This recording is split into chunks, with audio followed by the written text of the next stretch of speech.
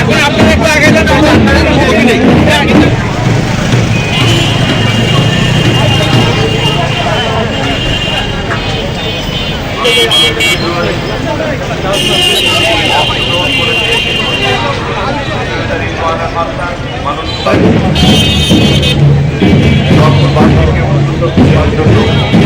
আমাদের আমলকে উদ্বুদ্ধ করবার জন্য মাননীয় উপদেষ্টা তিনি নিজেই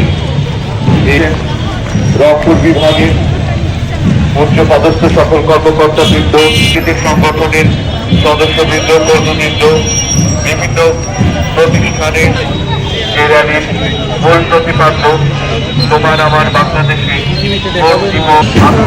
আমরা উদ্বুদ্ধ করি আমাদের এই দেশ থেকে সামনে জন্য এই যোগ আমাদের সময় আমাদের হাতে, আমাদের দেশের উন্নয়নের চাবিকাঠি আমাদের হাতে।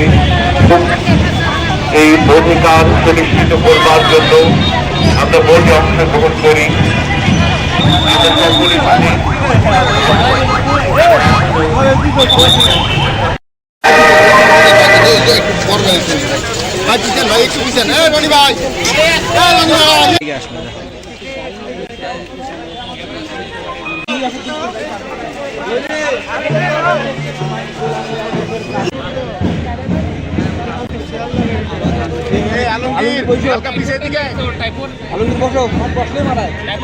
এক অর্থে বাধ্য করবেন জনমতের প্রয়োজনে, জনমতের কারণে যেন সেই সরকার সংবিধানে, শাসনতন্ত্রে, দেশের আইন যেখানে যেখানে পরিবর্তন আনার প্রয়োজন হয় পরিবর্তন এনে বিচার বিভাগকে স্বাধীন করবেন, প্রশাসনকে দলীয় প্রভাবমুক্ত করবেন, নির্বাচন পরিচালনার জন্য সকলে মিলে ঠিক করে তত্ত্বাবধায়ক সরকার আনবেন, নারীর অংশগ্রহণ বাড়াবেন, সাংবিধানিক অধিকার বাড়াবেন, প্রশাসনে জনগণের মতামত নেওয়ার একটা সুযোগ সৃষ্টি করবেন।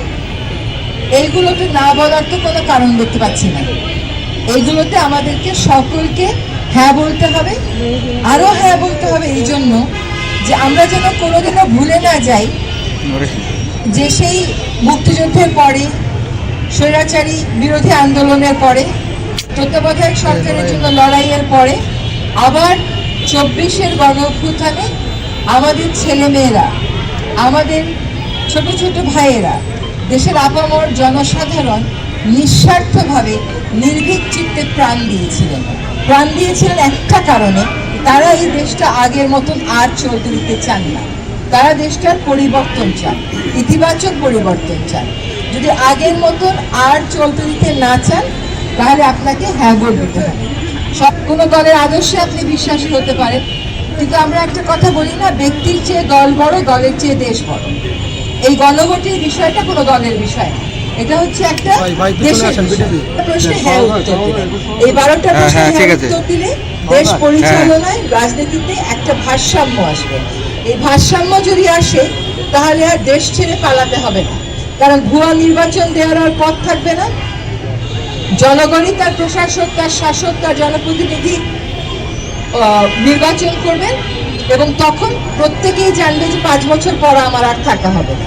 আর প্রধানমন্ত্রী জানবে যে আমি যদি 2বার প্রধানমন্ত্রী হয়ে যাই এরপরে আমার আর প্রধানমন্ত্রী হওয়া হবে না। তখন দলের মধ্যেও নেতৃত্ব গড়ে উঠবে, দলের মধ্যেও জবাবদিহিতা আসবে, দলের মধ্যেও গণতন্ত্র আসবে।